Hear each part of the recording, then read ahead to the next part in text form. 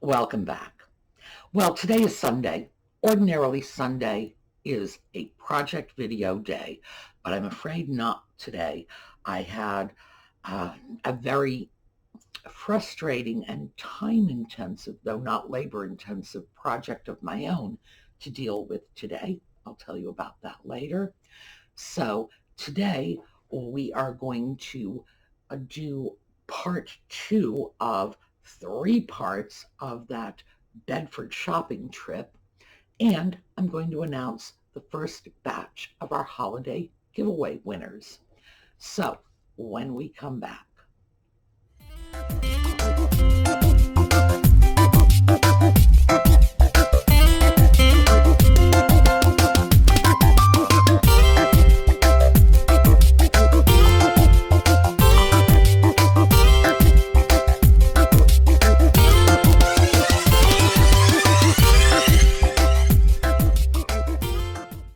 So what happened to the project? Well, as you know, the last few videos have been sort of dark and oppressive looking because we have just had no sunshine. We had rain from hurricanes to the south. It was gloomy. It was overcast. Audie blames me for that, by the way. When it rains, he thinks this is my responsibility, that I've done this to him. He was a little annoyed with me today, which is probably why he's not here now. He's in sleeping because, a poor cat and a rainy day, what else is he going to do? But I will snap a picture of him because, he's lounging on the bed. I envy his life. Well, because of this sort of gloominess, I decided I was going to get a new light for videoing.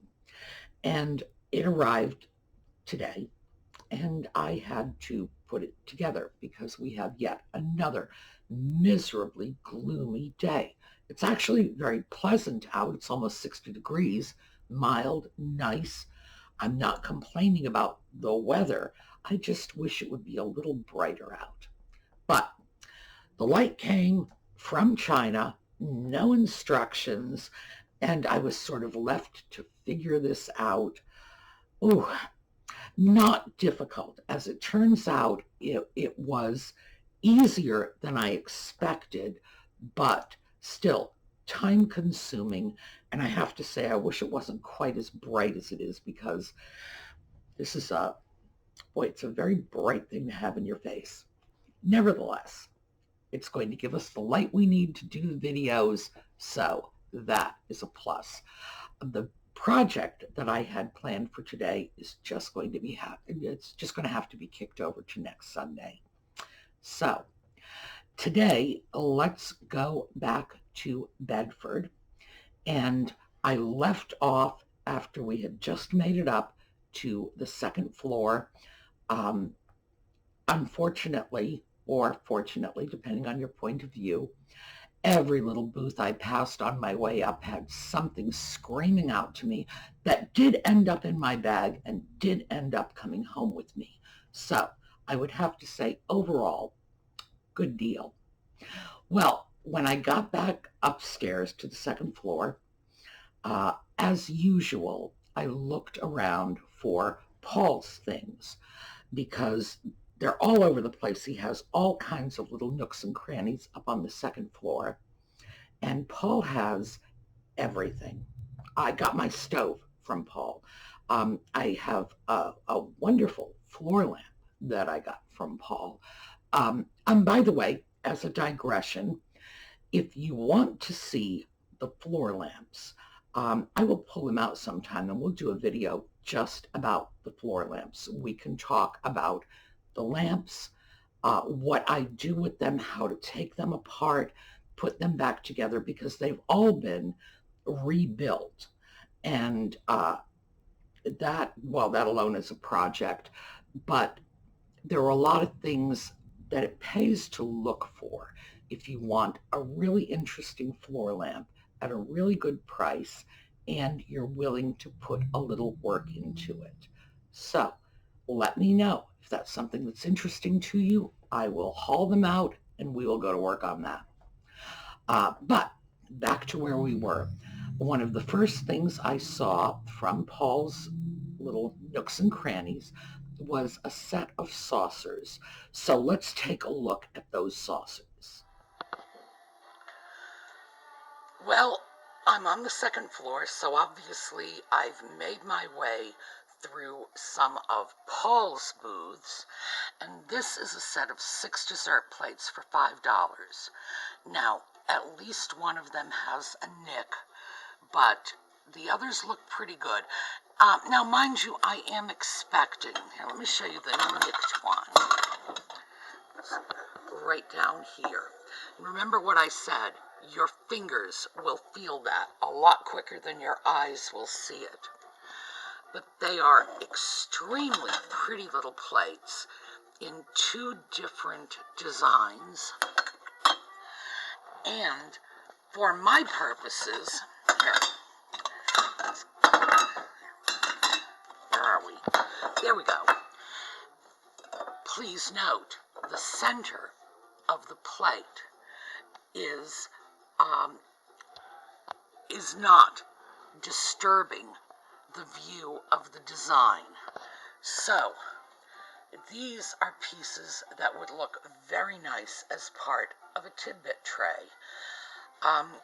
And I am actually acquiring some blue plates because I've had a lot of requests for tidbit trays in the blue range, and I think something like this would do very nicely. And of course these, which are more gold and tan, they're going to look great, just not on a blue tidbit tray. Well, I've been looking for little saucers. I'm always on the lookout for pieces that I can incorporate into tidbit trays, and I've gotten requests in the past for more blues. I guess blues are a common color in decorating, and people like blue. With good reason. Blue is a very nice, very soothing color. So that's what sort of triggers my blue plate searches. Then when I look at the plates, I always like it if they have an off-center design, because then when I drill through, I'm not drilling through the middle of something very interesting. The design is off to the side. Again, very suitable. And in this case, it was a nice collection of plates in 2 different patterns. And that too is good. And of course, the price. So those were definitely keepers. Bang, right into my tidbit tray box. I'm not at all unhappy with the fact that at least one plate was chipped. The price was definitely good enough to make up for that.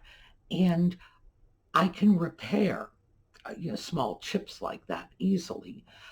Or I can simply remove the chipped plates and still feel like I definitely got my money's worth.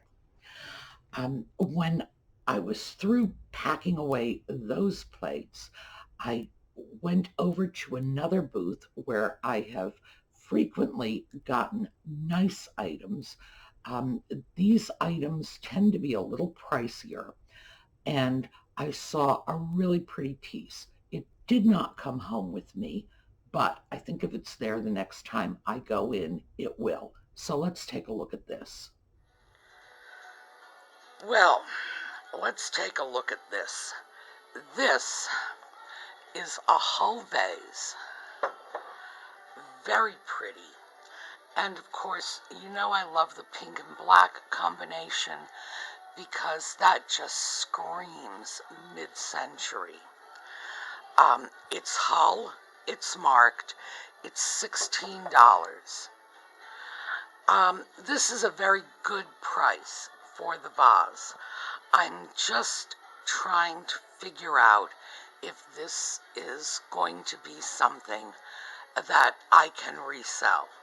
Again, when I pay this much for something, I really have to be mindful of the fact that just in order to break even on a piece like this, I'm going to have to charge $20. and then the buyer is going to have to pay for shipping.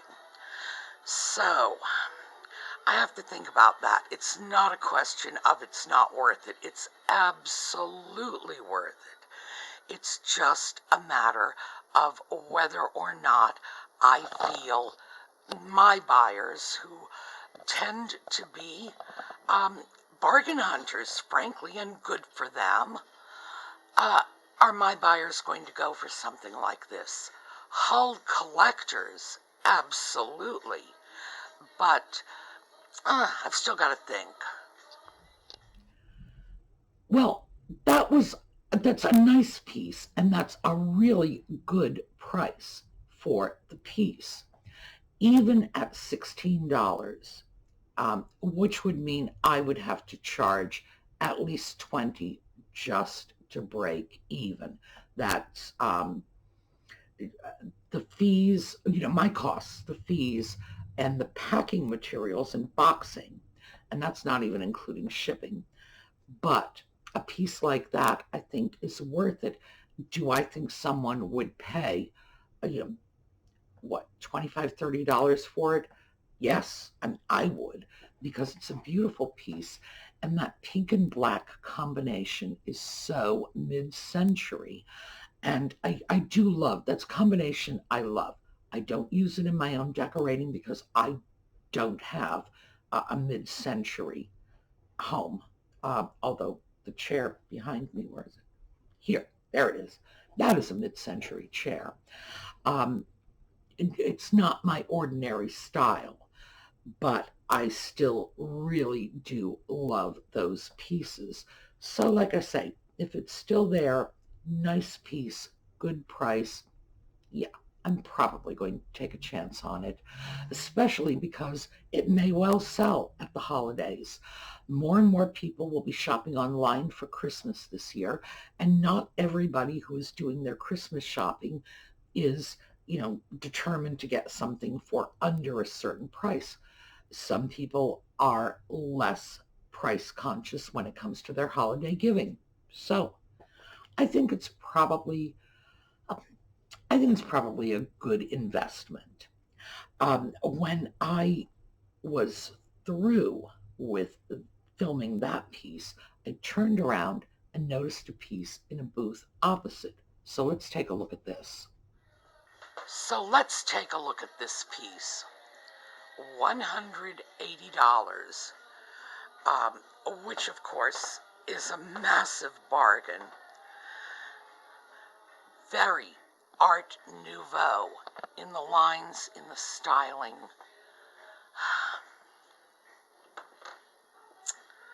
Nice piece. Obviously, it's not coming home with me.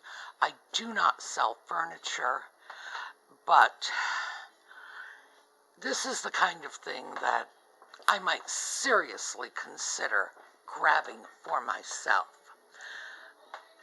Nice piece, good price. Well, this was just a great dresser, a bureau, really. Art Nouveau in the veneer work, and that was all veneers, by the way. Really pretty. Pieces like this, bureaus, dressers, were really popular in the 1930s. You saw them all over the place because Art Nouveau was it was a popular style at the time, and they could come up with some really decorative pieces through veneer work. And previously, in order to create that sort of visually interesting work, it would have been marqueterie and inlays, but with veneers, it was just a question of almost like cutting and pasting paper dolls. It was a much easier method for getting that same look, and you could do it much less expensively. So pieces like that were relatively common. That particular piece needed some work. The veneers were chipped, and little bits were missing in places, but that's not a difficult project. if you find yourself looking at a veneered piece like that and you notice the little flaws, remember, all you really have to do is go to the dollar store, get a set of magic markers, and fill in with some browns and maybe, some yellows and some blacks. Match up the wood colors, throw on some polish, and you're good to go. You really can very quickly and easily do a sort of down and dirty repair on veneered pieces. You don't have to strip off the veneer and replace it. Although, by the way, you can. That is not difficult at all. These days, you can order veneers and they have adhesive on the back and you put them on with a regular flat iron, a clothes iron. How easy is that? So I would have to say, if I were in the market for a piece like that, oh yeah, at $180, I would take it home. I'm sure there are better buys out there, but I think that one was a reasonable buy, and I also really liked the look of that. But not something that was ever going to come home with me, but I thought you'd enjoy seeing it. Oh, next, I went to another booth. This is a very small booth. I usually check it out because it's kind of a junk booth. And I don't mean that in a really negative way because I like the junk booths. These are the places where you go in and a lot of what you see really needs to be cleaned. Some of it is, broken and, whatever. You really have to pick through the junk. But if you go into a place like this, you can find really, really good deals. You just have to look through, get something that isn't broken, and make up your mind that when it comes home with you, you're going to have to spend some time cleaning it. And this next piece was one such piece. It was sitting in the back of a bookcase that had a bunch of odd little plates and nothing that I really considered to be of any great value. But in the back, there was this. So let's take a peek at this one. Well, look what was hiding in the back of the shelf. This is listed as a creamer. That's probably correct. You probably did pour cream out of this. But I am seeing some serious potential as a vase as well. And best of all, $1. Oh yes. Yeah, I mean, that's lovely. It had great lines. Yes, it probably is a creamer. You just, hold it by the neck and pour. But because it was large enough to be a vase if you wanted, or anything else. This is a good-sized cup. You could bring this into the office and throw your pencils in it. Very versatile sort of piece. But the lines were great. The decoration was nice. The price, well, $1. But it's these little junk booths where you get the deals like this. The really sweet little pieces that are hiding in the back in front of the broken and chipped plates, and you have to do a little bit of looking for them. That's what makes me love these little junk booths so much. That was a really great little find. The last thing we're going to look at today from Bedford is, again, we're back to another one of Paul's little booths, and I found 5 sets of salt and pepper shakers. So let's get into that one. So I was prowling through one of Paul's cabinets and I found some darling salt and pepper shakers. We've got these little puppies, the owls, which owls are hot. Owls sell, no question about it. No damage. We've got some ducks And all three of these sets are $4 a piece, which is great.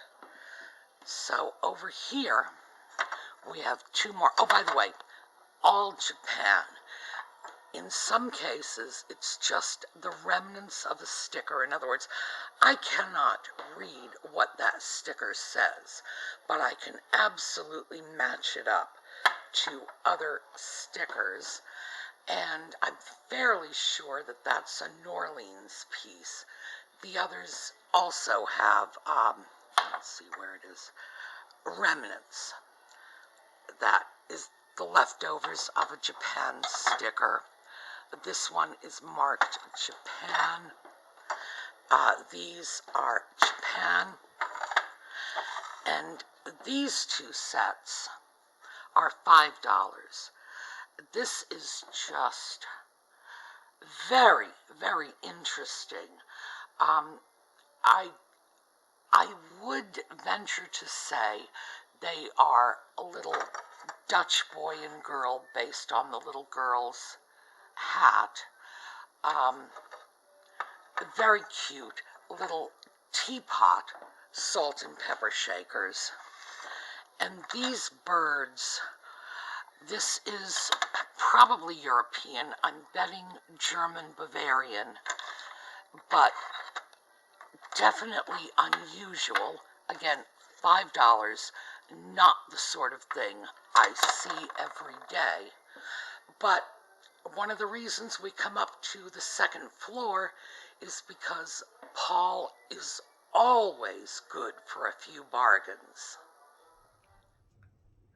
So, for starters, the prices on these pieces were just fabulous. 3 of the sets of shakers were $4, 2 were $5. Now, let's start off with the 3 that were $4. Those puppies will sell themselves. People love little animals. Those puppies are adorable. You can't look at them without smiling. Just some cute little spaniels, and I love them. They are so precious. The owls. Well, owls are just, oh, they are so hot. People have always gravitated toward owls, but recently they've become even more popular. I'm not sure why. Wasn't there a movie out a few years ago about owls? I think there was some kind of children's movie about owls. Could be related to the popularity of owls.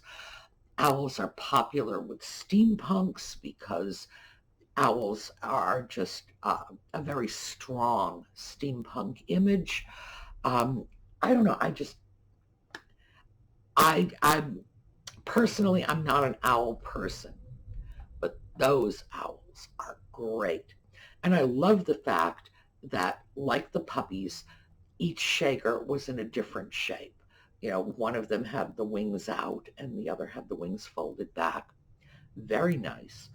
The ducks are large, definitely Japan, because I recognize those little silver foil labels. I've seen that before, and I could probably match up that label shape with something, and I think almost 100% sure that is a New Orleans sticker. New Orleans is Norleans, which is one of the import companies that brought Japanese goods into the U.S. in the mid-century. So the ducks are great. And birds sell.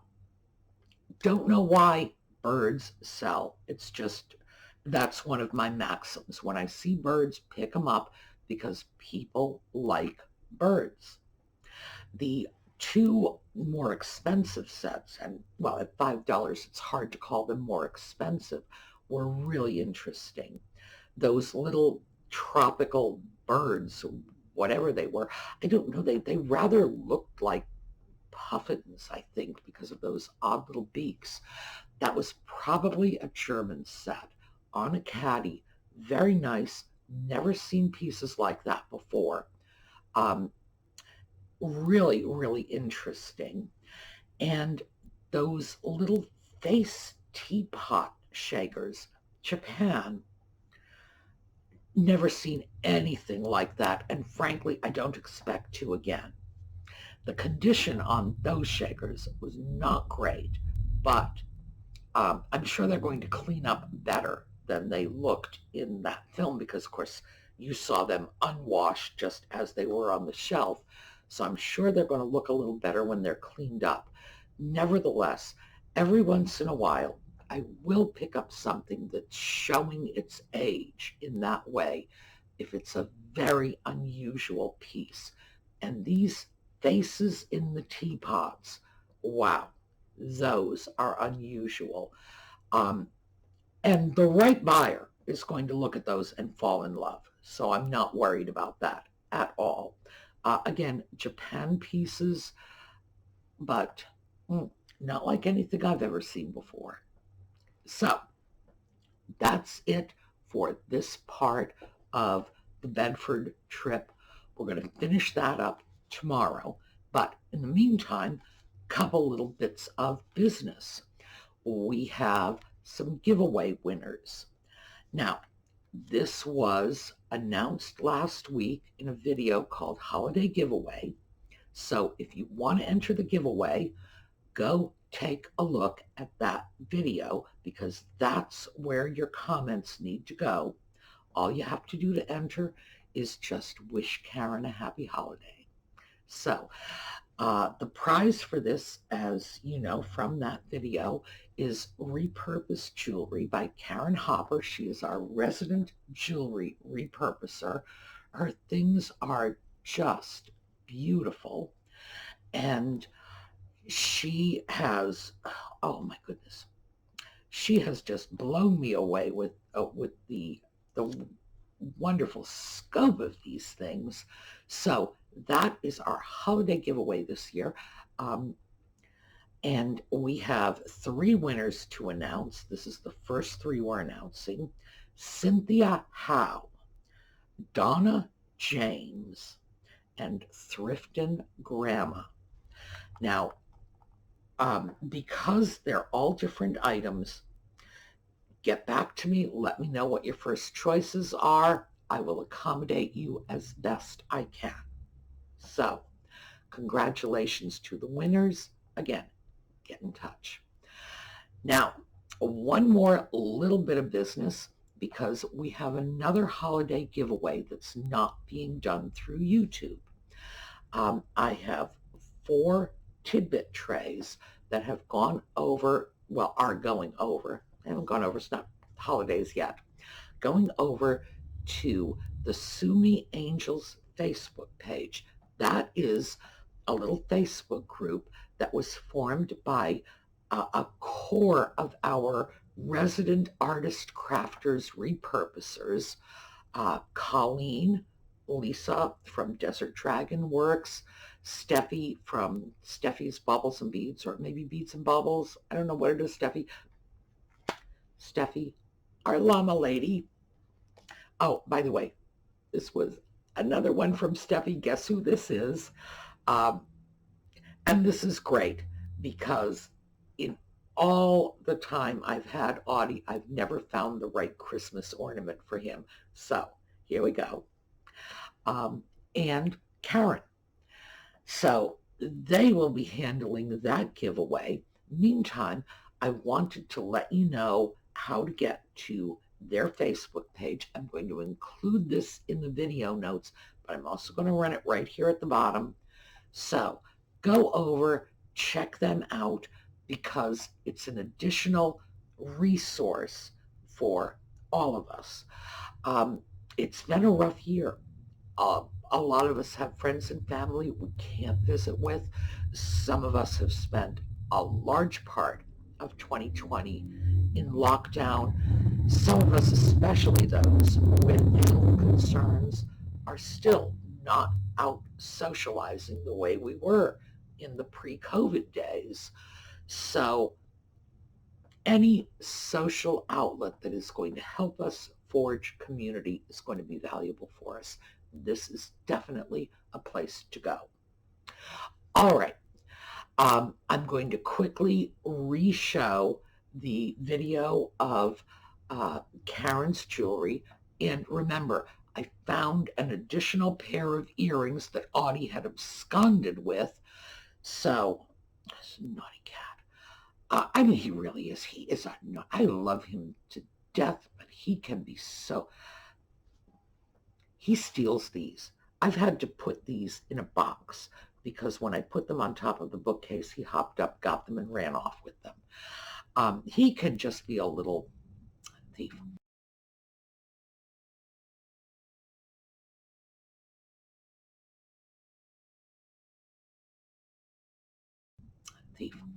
Anyway, he ran off with a pair of earrings, which I did get back. No cat teeth marks in them. So we had one additional piece for that giveaway. I'm going to show that again. And then as we go out, we're going to go out with our gorgeous little horizon images from JLS. And I hope to see you all tomorrow.